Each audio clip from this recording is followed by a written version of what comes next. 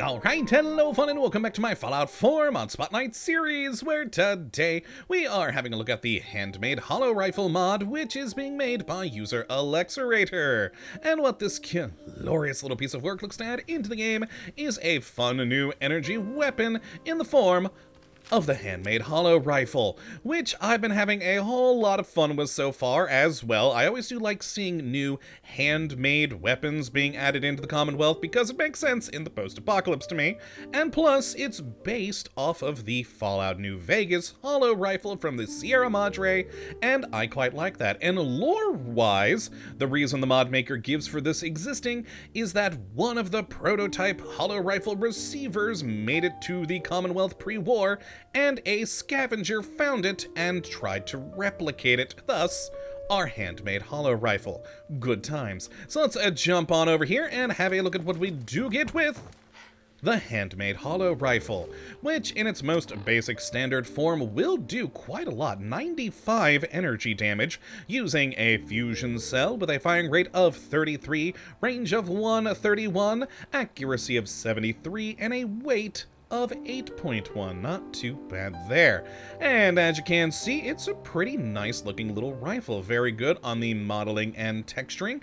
I do like the handmade components sort of blending in with the kinda slapdash Holorifle receiver part here that I think is, pretty neat indeed. It certainly does look similar to the Holorifle from New Vegas, but not quite there, which again makes sense considering the sort of lore reason for why this exists here, which is pretty cool. And yeah, just some nice little extra details on the weapon too, which I very much do enjoy. Now, as for the weapon itself, it does do quite a decent amount of damage and can get increased a fair amount with the different modifications over here, making this a pretty good solid mid to late game gun. Pretty slow firing rate, doesn't hold a lot of shots per sort of fusion cell that it uses, but all in all, a pretty powerful gun. Now on the modification front, we do have some modifications, I believe it's 11 in total. Nothing too crazy or wacky, but enough to make this a more powerful weapon, like I did say a moment ago. My one downside to it is that none of the modifications besides one sight actually really change the aesthetics of the gun, and the sight category is pretty limited, but we'll see that in a moment.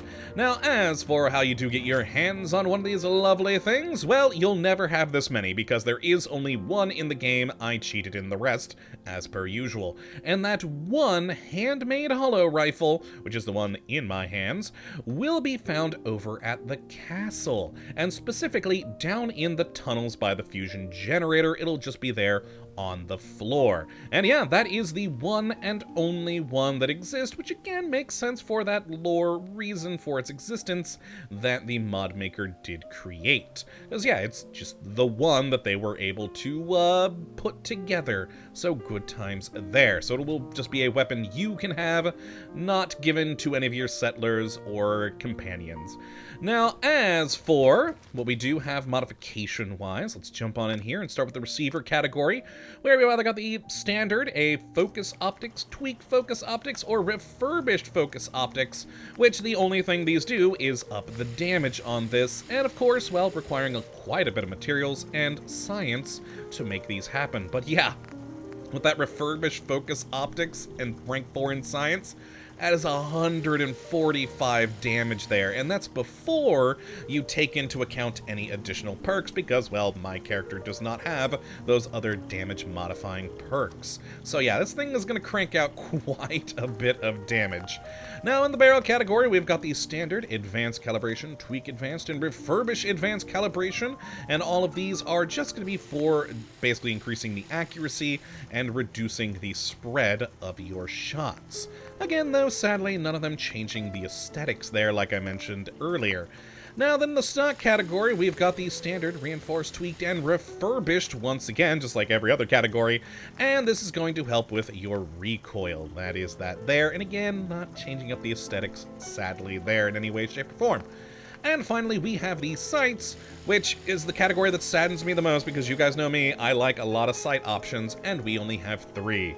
Standard iron sights, glow sights, or reflex sights. Really, the one thing that changes up the aesthetics of the gun by adding that reflex sight.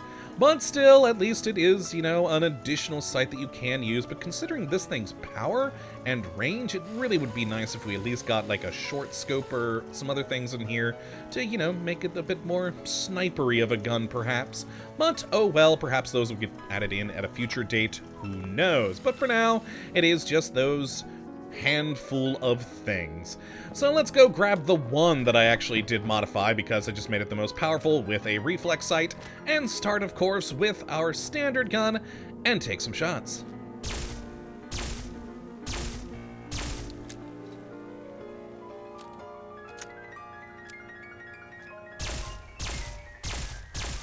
And there we go. As you can see, it's reusing sort of the sound and effect from the Alien Blaster, and using, I believe, the animations from the Handmade Revolver, which works, though it's kind of weird having a firing hammer on the back of an energy weapon as we do here. But hey, you know what? It works well, and the animation is quite smooth with how they did do it with the fusion cell being popped in there, and I actually kind of like that, how the fusion cell does go into the cylinder. Very neat indeed.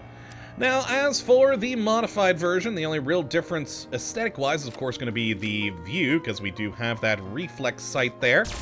Other than that, it fires and functions exactly the same. It's just much more powerful with a lot less spread and recoil. In fact, oh yeah, we can put all the shots downrange on the target without really any adjustment on this thing whatsoever. Which, you know, not too shabby. So let's take a look at it in use against an enemy. And of course, with the amount of damage this thing can pump out, I mean, we're certainly going with a Deathclaw here today, because, well, that's usually what we go with anyways. Unless it's not a very powerful gun, then, you know, for my own sake, I go with a different enemy. But he shall work. Alright, if I could actually hit him, though, I think I've hit him twice out of all the rounds I've fired. Maybe I should use VATS.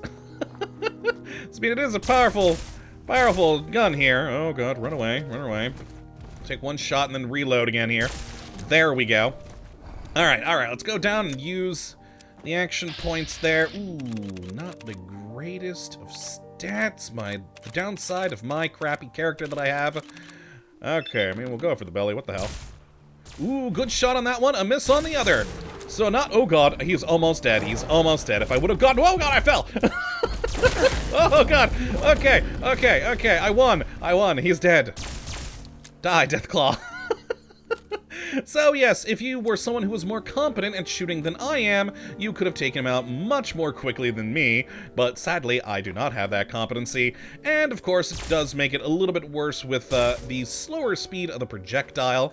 You know, it's not as quick as, say, a laser or bullet round, so you do have to take that into account as well, but all in all, it is a fun gun. I do, as I mentioned, always love seeing new handmade weapons, because it feels right for a post-apocalypse game that not everything's just going to be pre-war guns with a bit of rust on them.